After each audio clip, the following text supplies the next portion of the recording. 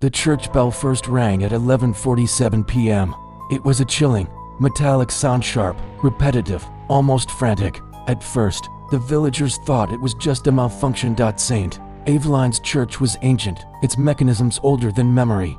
But after the 5th chime, then the 10th, and on to the 20th, people began to open their windows, and they all saw the same thing, the bell tower swinging back and forth. But the church was completely dark. He was not one to linger in the sanctuary past sunset. And yet, the bell kept tolling. The heavy oak doors were bolted shut. Something oppressive hung in the air, like the sound carried something with it, something invisible and watching. Father Mallory had retired to his cottage a few hours earlier, a man known for punctuality and silence. People gathered in the square. No one approached the church, because it wasn't just the ringing, it was the feeling that came with it. One woman, old Marianne, whispered it was a warning. Another, young Caleb, thought it was a prank, but no one moved toward the bell tower. Not yet.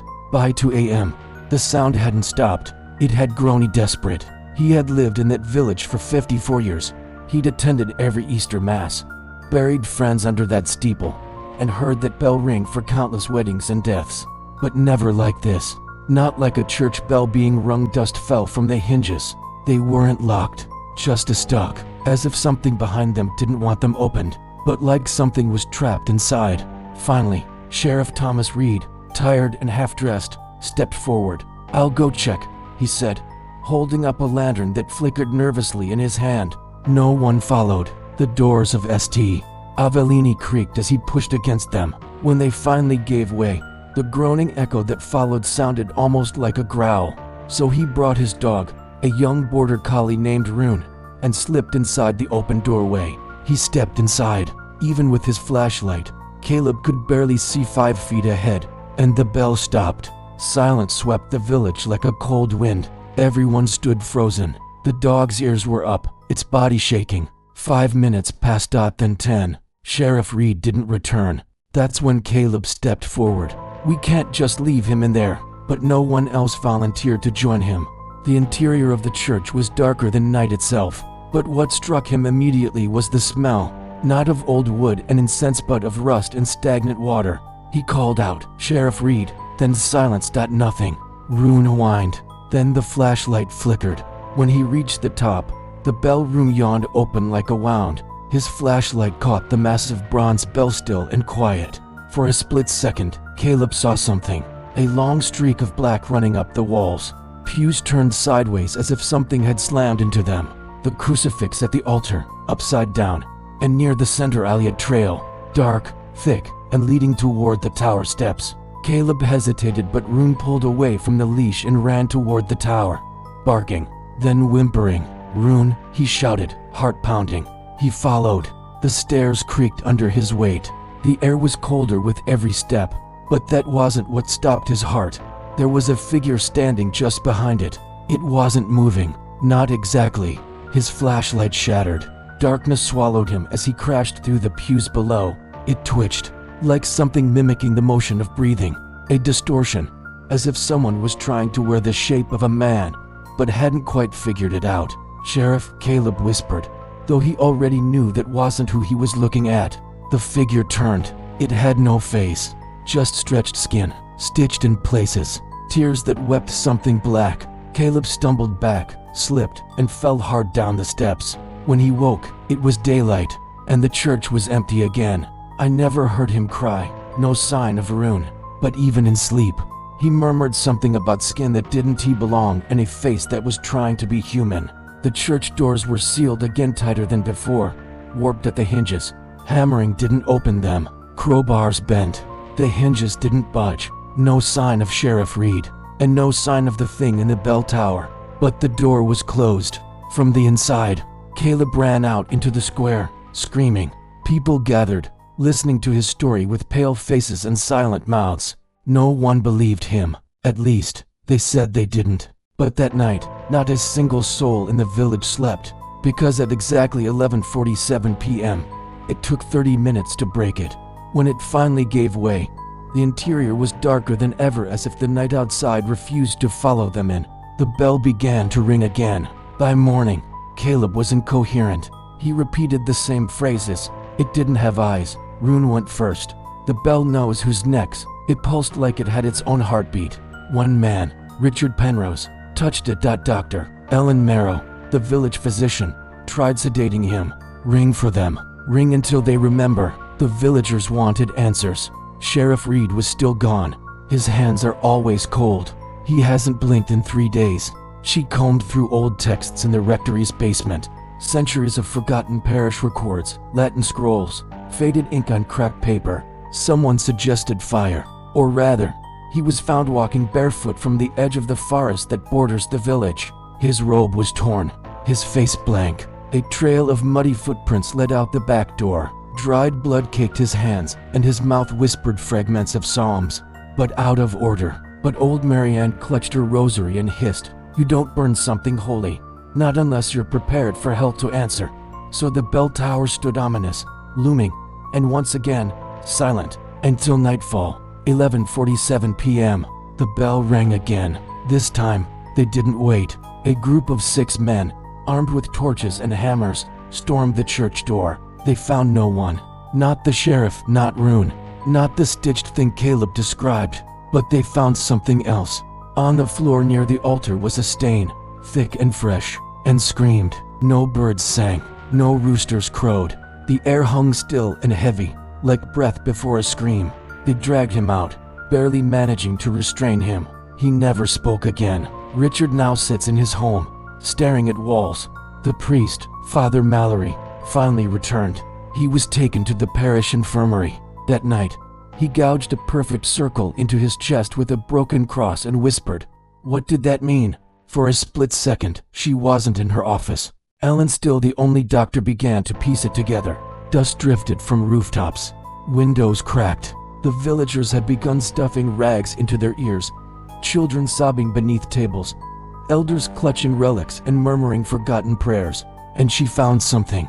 A single line written in an 18th century hand, draped in shadows that moved like limbs. Its head twisted unnaturally, like it was listening with every side of its face. And its hands were too many. On the night the bell rang thrice, the doors were sealed. One entered, none returned. The bell chose its witness, Caleb. He was the witness. She rushed to his home, only to find it cold, empty. And carved into the wood above his bed were 5 words. "The bell remembers your name." There, in a patch of dead grass, a pit had formed, shallow at first, then deeper. From deep underground, Ellen staggered back, breath catching in her throat, because just as she turned to leave, the wind carried a sound she never wanted to hear again. It wasn't quite the bell. It was something behind it, a groaning, a dragging sound, metal on stone, like something too large to walk, pulling itself across the floor. That night, the bell rang before 11:47. It began at 10:10, and this time, it didn't stop at dawn. It rang until the sun refused to rise, and one by one, the villagers began to vanish. The village clock struck 6 a.m., but the sky stayed black. It wears the lost. It walks in our dead, and it remembers. In her growing desperation, she pulled every record from the church's archives, tearing through centuries of sealed logs. Every day, every hour, until the end. Not overcast, not cloudy, just black, like someone had painted over the stars, the moon, and the sun itself. And the bell kept ringing. The sound had changed too. If it stops, it will call out for more skin. No longer clean and metallic, it groaned, like something inside the bell was trying to claw its way out. Every strike sent tremors through the cobblestone streets. Then came the marks. Each person who had approached the church, entered its walls, or even touched its steps woke up with a brand behind their ear. A perfect circle, carved into the flesh like a hot iron had burned it there. Doctor Ellen tried to examine the wound, but when she touched it, her vision blurred. She was in the bell tower, but not alone. Something loomed behind her, taller than any man. She collapsed. Blood poured from her nose. When she awoke, the mark was behind her ear too. That night, the bell began ringing twice at once. One from the church. The thing that rose had no true form, just shapes of those they'd lost. And a second fainter. That's when the digging began. Not by choice. People would vanish from their beds, only to be found at dawn, covered in dirt, fingernails torn, silently clawing at the earth behind the church. By the third day, it was 6 feet wide and 20 feet deep. No one knew what they were trying to uncover, passed from tongue to tongue, forgotten by most, remembered only by the oldest. But they couldn't stop. Even Caleb, who had been missing for a full day, was found there, digging with bleeding fingers, eyes rolled back, whispering. Voices filled the air, every missing person calling out as one. "It's coming up." We rang too loud. Father Mallory finally broke his silence. From his bed, he whispered to Ellen. The metal bell cracked straight down its center, a jagged wound of silence. From its break, something breathed. "It's not the bell that calls them. It's the thing we buried underneath it. Long before the church ever stood, the bell keeps it asleep. We were told to ring it always." Babies wailed. Elders wept. The ground shook with every step it took, like the earth itself wanted to turn away. "And when the ringing stops, it wakes?" She asked him what it was. He looked at her with tears running down his cracked cheeks and said, "The first parish called it the borrowed skin. It doesn't come in its own form." Ellen returned to her study. There were patterns. Every few generations, a bell ringing that lasted through the night. A few missing villagers. Strange marks. The digging. It spoke of a counter-ritual, not to silence the bell, but to reclaim it. Then silence for decades. It had happened before, always forgotten, now cracked and bleeding shadow. She tied a rope around the fractured bell and began to swing. Always erased. The last entry she found was dated 1783, signed in shaky ink. "We buried the last witness alive, along with the hallowed priest. We have resealed the pit. The bell must ring without fail." Just then, Ellen heard it. The bell had stopped. She looked out her window, and in the distance, from the edge of the now massive pit, something was crawling out. It had no eyes, just the voices of the missing, calling her name. It crawled slowly from the pit. The borrowed skin convulsed, its pieces splitting. Every voice it had stolen cried out, then faded. Not like a beast, but like a memory. Something old, half-formed, patient. The villagers gathered at a distance, torches in hand, though no one dared step closer. One woman fainted. Another, old Marianne, began to sing. Not a hymn. "Ring the bell. Keep still the night. Seal the dark and dim the light. If silence comes, then blood must pay, for skin will walk where none should stay." Ellen realized then it wasn't a poem. It was a warning. And now too late. Because the bell had stopped. The tower above them groaned, timbers warping. The borrowed skin walked through the village, dragging whispers behind it. "I'm still here. It hurts. Why did you bury me? Let me out." But it didn't attack. It walked to the home of each marked villager and stood silently outside. Those within began to scream. Their bodies twisted, their skin split like paper, and they were gone, replaced by something that looked like them, talked like them, but their eyes were glass. Their steps were wrong, their hands too still. Ellen knew what had to be done.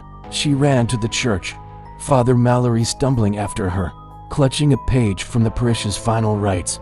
To restart the tolling with blood, with the sacrifice. Ellen didn't hesitate. She cut her palm, let blood spill across the clapper, swung again. Still silence. Then Father Mallory fell to his knees and whispered, "It needs a witness." He looked up at her, tears falling freely. "I was the last, but I failed." He stepped into the bell, laid his body across the clapper, and whispered, "Ring it, child. Let it be the last time." Ellen wept as she pulled the rope, and the bell tolled once. The scream that followed was not from any living throat. The sky cracked, and light poured in. The sun rose. For the first time in days, the church bell shattered, raining down in fragments. Ellen collapsed beside the pieces, her ears ringing with silence that felt like peace. The village was saved for now, but she carries the mark, and sometimes, in the middle of the night, she hears it. A distant echo, metal on stone, the sound of a bell tolling where no bell remains.